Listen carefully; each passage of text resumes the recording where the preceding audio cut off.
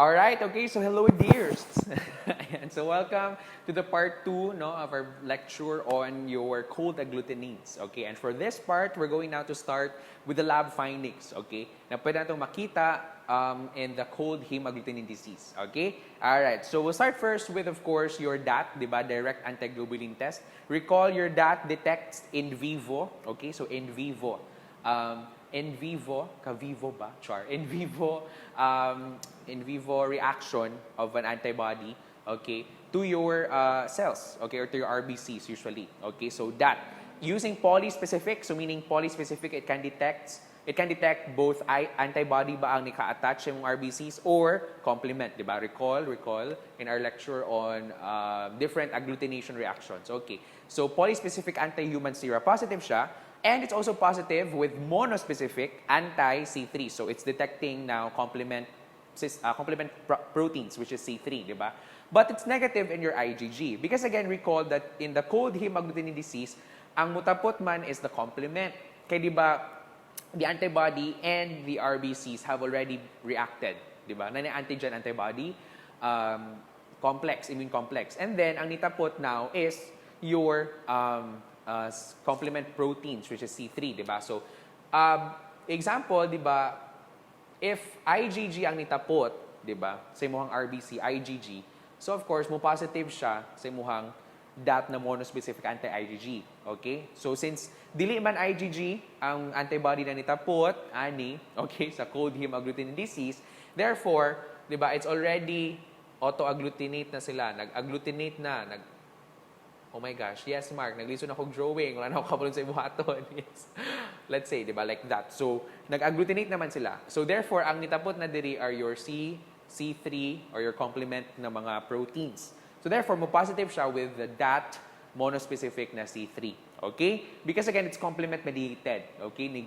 Nigamit or na-activate yung complement system for lysis. Okay? Alright. And aside from that, na ay reticulocytosis. Why? Because of agglutination of your RBCs, di ba? So, wala na yung RBCs na mo function properly. So, therefore, ang response sa imong body is mo release og immature RBCs to compensate, di ba, with the lack of RBCs para makapadayon pa Japon og functions, no? Makapadayon pa Japon function, especially in the transport of oxygen and nutrients, ganun. So, therefore, na ay reticulocytosis or increase in the number of your reticulocytes or your immature erythrocytes, di ba?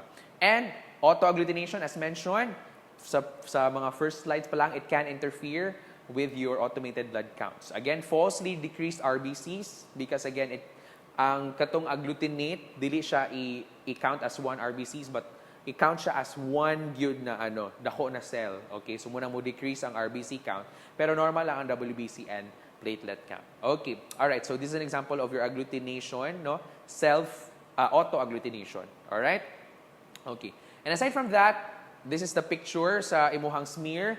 Mild to moderate anisocytosis or variation in your size. Okay, so, na yung mga jutes, na yung mga DACs, yes. Okay, so, mild to moderate anisocytosis. Ayan, so as you can see, these are now the pictures of autoagglutination, guys. So as you can see, di ba, muna akong pag-chika, they will now be counted as one cell, okay, not as individual RBCs. Okay, that is why mugamay siya. And as you can see, mas dako yung MCV, ang volume na yung i-occupy, since this is counted as 1, and your MCH pod, so ang hemoglobin pod niya is counted as 1. So, munang taas. Okay? Alright. Aside from that, poikilocytosis, variation in shape. Okay? Diba? So, daghang mga different shapes. Agglutinated RBCs, again, these are your agglutinated RBCs. Okay? Alright? And lastly is, of course, na polychromasia. So, when you say polychromasia, again, it's the appearance na murag medyo blue, okay, because of the presence of reticulocytes or mga immature erythrocytes. Okay? Alright, so these are some of the lab findings. Okay. And aside from that, we perform what we call your cold agglutinin test. And this is what we perform in the lab. Okay? Alright, sa ato ang lab activity. Alright, so what we do is we serial dilution. Okay? We perform serial dilution. Okay? And we then determine if ato siyang ibutan ni ato ref actually. Ibutan na to ang ref sa ref atong mga tubes na gi-serial dilution, and then we determine if nabay mo agglutinate. Okay? And the titer, okay, is of course the highest dilution the reciprocal of the highest dilution that that shows a positive result or kung asa ni agglutinate. So in this case, kung sa may titer na to, that's 160. Okay, the titer is 160. All right. Now, ang procedure ani is really easy lang, no? So what we do is we prepare muna an RCS, 'di ba? In your blood bank, 'di ba? We prepare an RCS. I think ang optimal, 'di ba, is 2 to 5%. Yeah, so I think mga 3% yata of RCS, yes, ato i-prepare. I think 1% yata. I'm not sure. Nalimot ko. Basta, prepare an RCS, okay? After, we then prepare these tubes, okay? I think up to 1:640, yes. So, we then perform twofold dilution. Twofold. Yeah, twofold. Pero mag-start tayo with 1:5, 1:10, 1:20, 40, 80, 1:160, and then 1:320, and lastly is 1:640. Okay, now, each of the tube, of course, it contains your diluent na NSS. So, 1:5 man ato ang 1:5 ang una, alright? So, your sample is 0.5, and your diluent is Yes, Mark, math. Call a friend. Charot. So 1:5 is equal to 0.5 na sample atong gamiton. So you have 0.5 plus x, 2.5. Sorry guys, no, ang bang jukog math.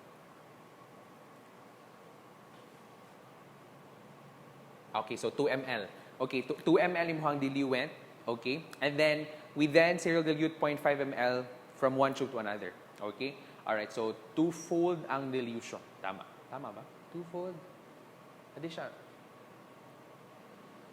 Okay, alright. But I'll review the procedure, guys. Basta muna siya point. Okay, so serial dilution, you add your serum di ay na 0.5. I'm not sure. Nalimot ko sa procedure. Okay, but anyway, serial dilution. Okay, and then after you serial dilute, you then add your RCS sa kada tube, okay? And then, we mix, alright? We mix each tube, and then after, we then put it in the refrigerator. And then, incubate for, I think, 1 day, and then we look at each tube kung na agglutination, okay? And again, the tube that contains the agglutination, okay, the diluted tube, the dilution of that, the highest dilution that shows agglutination, the reciprocal of your dilution is now your titer, okay? Alright, ayan. So that's for the cold agglutinin test. Okay, ayan. Now for, we then determine the titer for each testing temperature. As you can see, for benign cold autoagglutinin or agglutinin, it's only up till bisag 16 lang na dilution. So it does not go beyond, di ba? Recall that sa ato ang table, di ba, ang benign is usually, ang titer niya is less than equal to 64. Di ba? Wagan siya kabutog 64 at 4 degrees Celsius. Alright? Okay, but it can also react at 20 degrees Celsius. But as you can see, it's only weak, no? Medyo gamay ra iyahang titer. It can only even, basta less than equal to 64. Usually, it's benign. Okay, but for pathologic, as you can see, it can go beyond even the highest nimong dilution, di ba? Napad siya po yung reaction na 1+. Okay? So, na siya po yung agglutination. And aside from that, it can also even react at 37 degrees Celsius, di ba? Recall in pathological cold agglutinins, it can react even greater than 30 degrees Celsius, alright? But yung optimal temperature pa rin is still at 20 degrees Celsius and even 4 degrees Celsius. So as you can see, at 4 degrees Celsius, even at this highest dilution mo, at 2048 na titer or dilution, it can still react. Okay? So meaning potent yung kayo siya na pagka cold agglutinin because again, it's pathologic. Okay? Alright, ayan. So that's for the cold agglutinin test for your cold hemagglutinin disease. Okay. Now we go now to the next source of your cold autoantibodies, and that is the cold autoantibodies that can be found after an infection. And the first one is infection caused by kinsa man primary atypical pneumonia or your walking pneumonia. Nako, press the buzzer. That is caused by, again, your Mycoplasma pneumoniae. Okay, all right, ayan. So walking pneumonia. Okay, Mycoplasma pneumoniae. Okay, all right. It has rapid onset of hemolysis in the second or third week of illness, and the episode of hemolysis, mawala na po siya if mawala po ng infection caused by Mycoplasma pneumoniae. And the antibodies on saman anti-big I, which is again of IgM in IgM class, no?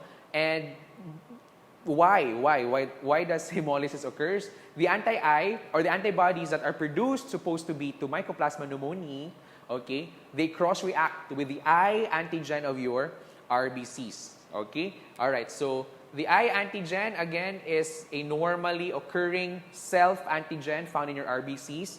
Okay? And the antibodies that are, again, supposed to be against or reacting against your Mycoplasma antigens, they cross-react with the I antigen of your RBCs, therefore producing your anti-big I. Alright? So that is what we see, or that is the antibody that we can see in your Mycoplasma pneumoniae infection, especially primary atypical pneumonia. So if the patient experiences PAP or walking pneumonia, then you also need to monitor, or you also need to look after, or also need to look after or look for mga autoantibodies, especially anti-big I. Alright? Okay. But again, though, the hemolysis resolves after, or if maayo na ang patient from your walking pneumonia, all right, or infection with Mycoplasma pneumoniae. Okay, all right, so that's the first disease. And the second one is, of course, your infectious mononucleosis, which is our next topic after this. Again, this is also known as your kissing disease. Ayan, so mga hormono, mga gustong mga mag-ano dyan, okay, mga aluche, mga ganun. Okay, all right. Again, it's caused by your Epstein-Barr virus. O, di ba? So may mga virology ulit. And that is our next topic. This is our next activity. EBV, serology, Epstein-Barr virus. Signs and symptoms: sore throat, high fever, weakness, anemia, jaundice, lymphadenopathy, and hepatosplenomegaly. Antibodies this time is anti-small I. This is an IgM with wide thermal range. But only a small percentage of patients with mononucleosis or with an EBV infection can result or can induce an in vivo hemolysis. Okay? Alright, so gamay ra na percentage. Okay? Alright, so it can be seen though. Alright? Okay.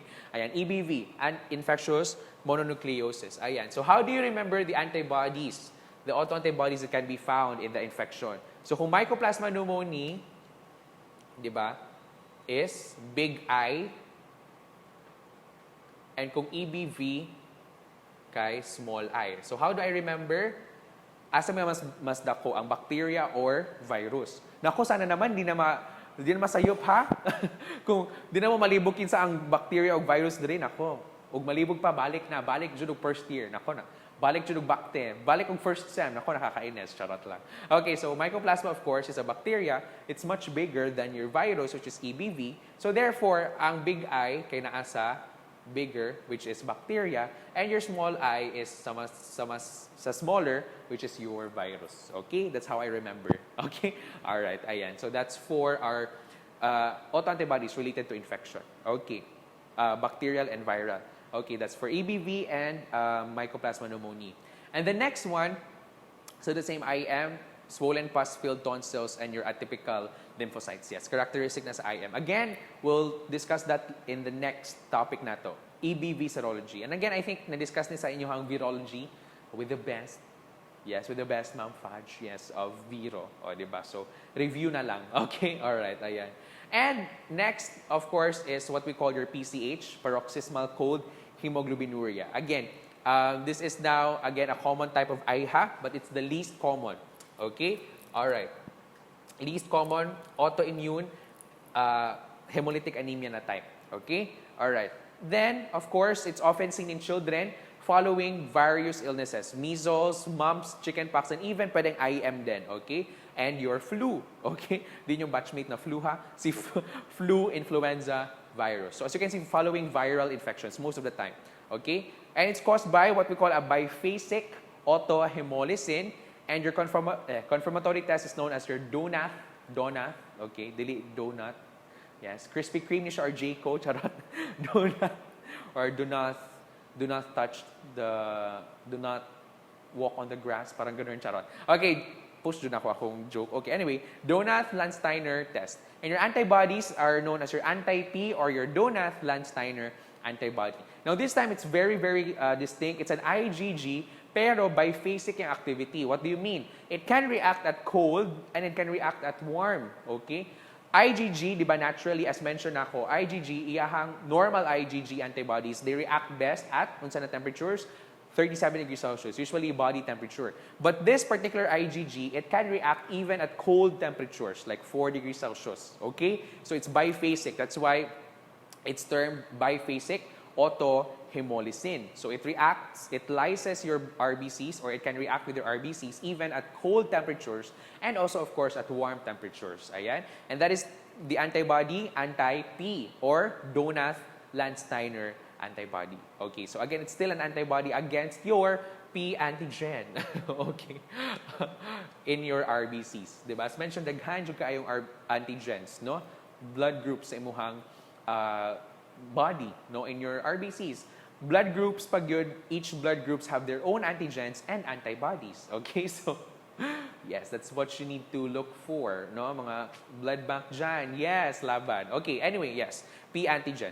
Biphasic autohemolysin, IgG. Okay, it's an IgG ang nature, but it can react both at cold and warm. Alright.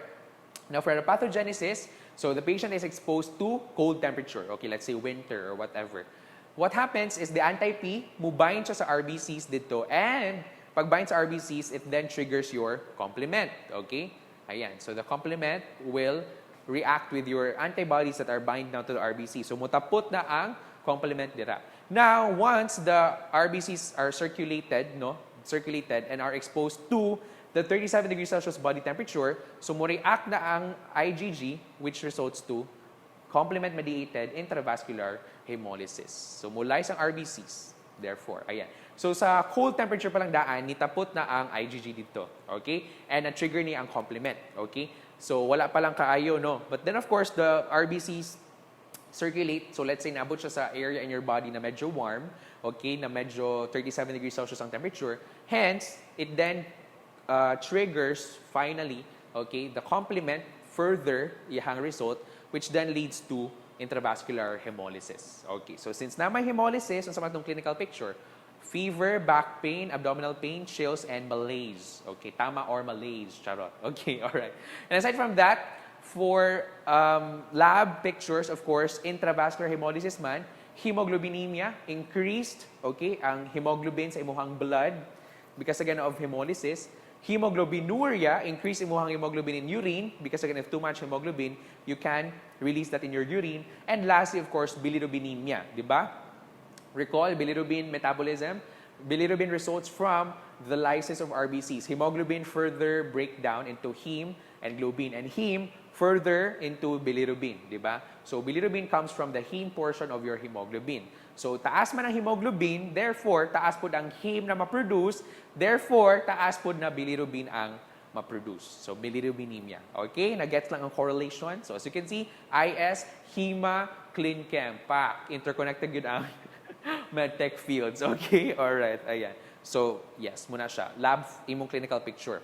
Aside from that, for lab findings, your hemoglobin can be as low as 4 to 5 grams per DL. Because again, taas ang hemoglobin. Although taas ang hemoglobin na makitaan sa imuhang blood, but in yung RBCs, pag check sa RBC count, of course, gamay na ang makitaan kay nang gawas naman tanan ang hemoglobin outside of your RBC. So therefore, pag check sa imuhang automated hematology analyzer, wala na hemoglobin na ma-detect kay nang gawas na tanan sa imuhang blood stream or sa imuhang blood vessels. Alright? Okay, so na poikilocytosis, variation in size, in shape, sorry. Polychromasia, of course, because of too much RBCs na nalyze. Of course, reticulocytes are produced pa rin. Okay? And nucleated RBCs, of course. A sign, again, of bone marrow response to the decreasing number of RBCs na nalyze. Okay? So, therefore, mo produce ang mga immature RBCs and nucleated RBCs, reticulocytes, again, to compensate for the decrease in the number of RBCs circulating in the body. Alright? Okay, ayan. And aside from that, we then go now to the confirmatory test, which is your Donath-Landsteiner test. Okay, now what is the procedure? I think, wala na siya, di na ito na siya i-perform sa lab. Okay, katurang cold agglutinin test. Okay. Alright, now procedure, we then collect fresh blood sample from the patient. We maintain the sample at 37 degrees Celsius after collection and we separate the serum. Alright, we then label 3 sets of test tubes. Okay, sige, ato nang i-draw para mas, sige, so 3 test tubes. Sorry guys ha, akong drawing. So this is ang A1 ni siya, B1, C1, A2, B2, C2, A3, B3, and C3. Ayan. So, dili niya siya katong mga sa Jollibee. Charot, okay. Gutom na, yes.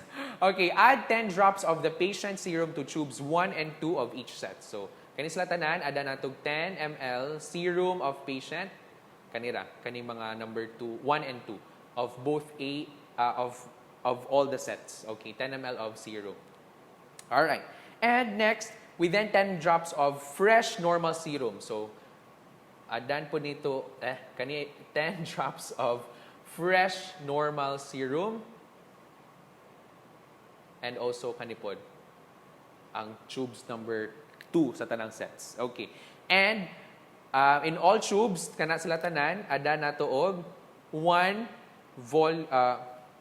volume, okay, of 50%. Suspension. Taas good. Sure po ni 50%. Okay. I'll check ha ba sina typo. Of washed P antigen positive, okay, na RBCs. Okay. Alright, so manufactured, prepared already. Alright, okay. And we mix all the tubes. So take note, ang tube 1, ang naara niya is the serum of the patient. Tanang tubes ha from the different sets. Tubes number 2 of all the sets contains 10 ml of the patient serum and fresh normal serum. And lastly, ang tubes 3 of all sets contains only fresh serum. Now, what is normal serum? Normal serum, guys, is, nabadiri? Yes. Fresh normal serum is the source of our complement, okay? Because again, some patients that has this disease, mostly ilahang complement levels are low because again, they're constantly being used, diba? Because again, of complement-mediated hemolysis, all right? So therefore, para ma-detect yun nato siya, we then add a source of your fresh normal serum para ma-detect yapon ang antibody or ma-detect yapon ang PCH, okay? Even if low na iyahang complement levels, all right? So the fresh normal serum is the source of our complement, okay? All right, ayan. Now we now go to your incubation. The first tubes kanis tanan is ice bath, okay? And then after 30 minutes, 37 degrees Celsius na po. So biphasic ang incubation. So expose mo siya cold and then expose na po at warm temperature. That's for the first tubes, A1, B1, C1. And then for B tubes, mali. Sorry. Okay. Ang A tubes di ay kani sila tanan kay ice at 30 minutes and then 37 degrees Celsius for 1 hour. Okay. Sorry naman. Okay. B tubes silang tanan, kani sila is at ice bath for 90 minutes. And of course, C1 to C3 is your warm. Okay. Warm incubation, 37 degrees Celsius at 90 minutes. Okay. All right. And after the time has passed, we centrifuge the tubes and then we examine for hemolysis since we're looking for hemolysis. Ayan. All right. Okay. Now we go now to the results. Ayan. So these are now the expected results. So of course, for the A tubes, diba? A1 contains your patient serum, diba? And of course, A2 contains patient serum plus the normal serum. All right. Now recall that, diba, the A tubes are incubated at biphasic incubation. So, which is the characteristic of your biphasic autohemolysin. So of course, it's expected na sa A1 positive if the patient really has the anti-P or nasa PCH. Positive siya at the first tube, of course, because it contains the antibody. Okay, so ni-work po ihapong serum na pa'y complement, diba? So nagpadayrog yapon og lyse og cells and whatever. So therefore, positive siya for hemolysis. Same thing for A2, since it still contains patient serum and the normal serum, which is just a supplementary reagent para managana ra ba, okay? Just to make sure that there is still source of complement because again, we're looking after that, okay? And the main pathogenesis of your disease kay complement-mediated man, so you want to make sure that there is hemolysis na mahitabo, okay? Regardless if naabay complement which is expected since seen here in tube number 1, or wala na, which is seen here still in number 2, tube number 2, because again, na ay normal serum na source of complement.